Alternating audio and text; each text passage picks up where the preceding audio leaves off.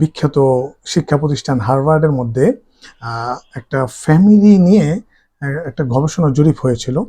ওই গবেষণা জরিপের মধ্যে এই তথ্যটা উঠে এসেছে যে যেই ফ্যামিলির সদস্যরা একসাথে বসে আহার করেন, নিয়মিতভাবে প্র্যাকটিসটা করেন, তাদের মধ্যে মোট 4টা বৈশিষ্ট্য দেখা দেয়। 1 নাম্বার, যে তাদের মধ্যে সম্পর্কের দূরত্ব কমে আসে, পরস্পরের খুব কাছাকাছি হয়ে যান।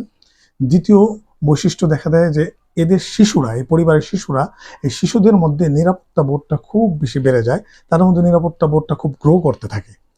তৃতীয় বৈশিষ্ট্য দেখা দেয় যে এই পরিবারের নারীরা, বিশেষ করে মাদের মূল্যায়নটা পরিবারের মধ্যে খুব বেড়ে যায়, এবং এটা একটা পরিবারের জন্য অত্যন্ত ইতিবাচক একটা বিষয়। আর চতুর্থ যে বিষয়টা দেখা দেয় তা হচ্ছে যে বাবার সাথে সন্তানদের সম্পর্কটা অত্যন্ত ঘনিষ্ঠ হয়।